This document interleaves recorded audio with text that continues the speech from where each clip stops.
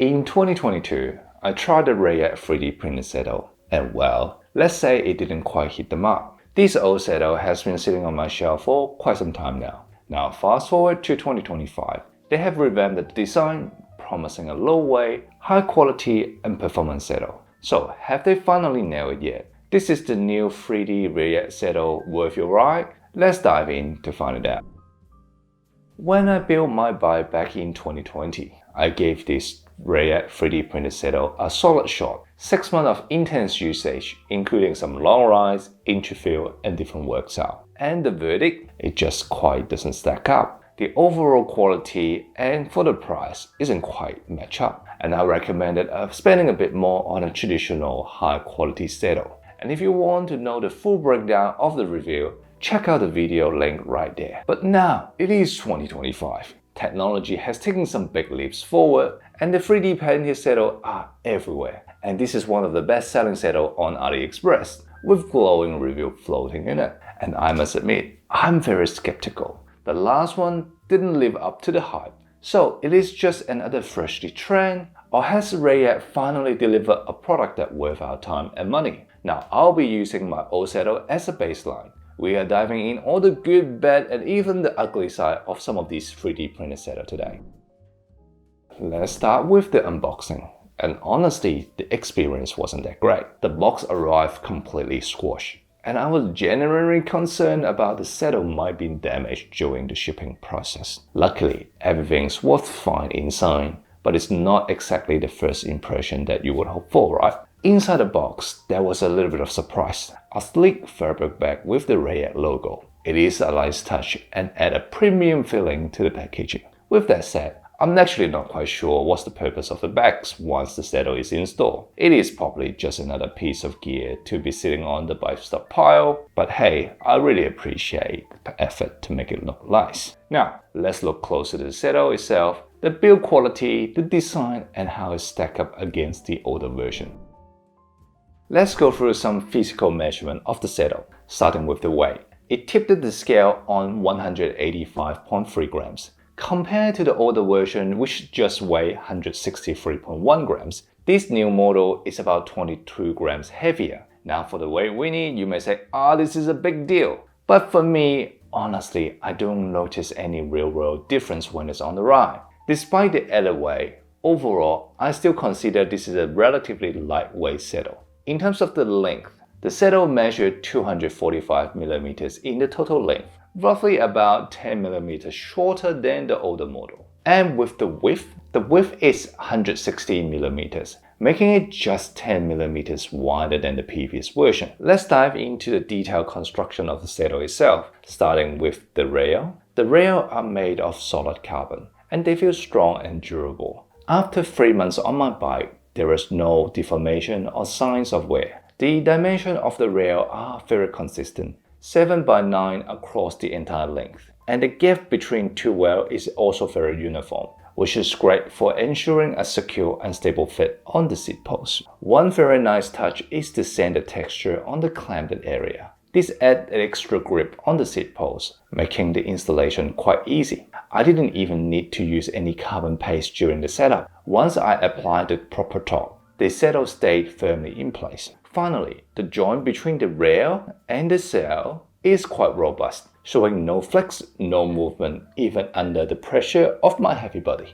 Now in terms of shape, the saddle preference is always a little bit subjective, but here is how this one stack up compared to what I have used in the past. This saddle length make it a classic short nose saddle. For me, this is quite ideal because it allows me to push the saddle quite forward. It helps to support more an aggressive and aerodynamic riding position. Now, there is a slightly waved tail curve up to provide some degree of support. Now, whether it's proven useful is very subjective on this. The saddle might look relatively flat at the first glance, but it actually curves quite a bit on outside of your seat bone and it tapers up quite quickly. Now, there is also a cutout of the relief channel. Personally, I prefer a full cutout saddle, which this is hollow, mainly because it makes the installation and angle adjustment quite a bit easier. While this saddle doesn't have a full cutout, it does feature a 30mm wide and 6mm depth. In terms of the channel itself, it is relatively shallow, but quite broad. Like for me, it doesn't have any problem and it should fit most of the rider. Now, come to the padding, this is where the new Ryet Saddle really stand out. The 3D printed material has a massive upgrade from the previous version. What I mean is Ryet has finally embraced the advantage of the 3D printing technology by creating a different supporting zone to optimize the comfort.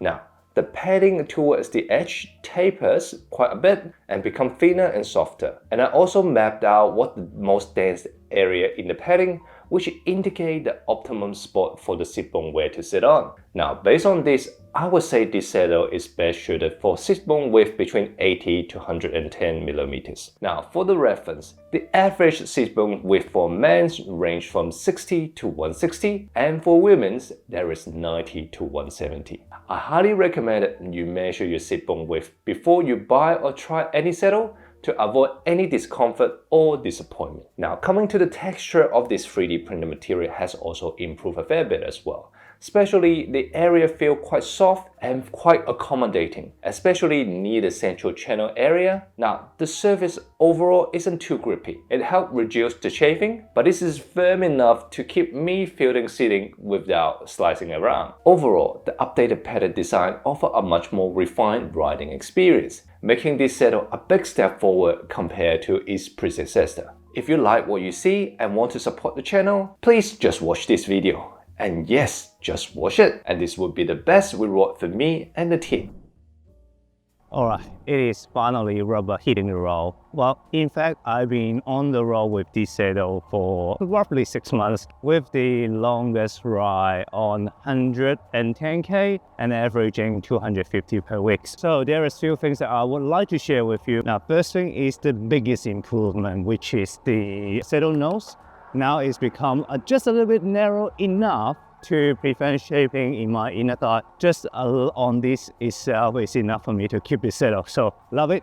Kudos to Ryet, which does a good job this time. The second improvement is the overall shape of the saddle. Right now the saddle is a lot more secure, I feel. So it's not sort of shifting me forward or shifting me backward on other position, which actually is quite cool. When I stand up or sit up a bit more relaxed like what I'm doing right now, I still feel quite firmly secure. And when I'm on an aggressive position, doesn't have a problem at all. So the third point is the saddle material, the covering material itself is actually quite nice. It does provide a little bit of friction, enough to hold you around, but it's not too much friction that might result in any chafing. So again, big improvement from the last one. If I say all these positive things about this saddle, is there anything that I don't like? Yeah, there is a few. So first of all, I think the shelving is a little bit too hard.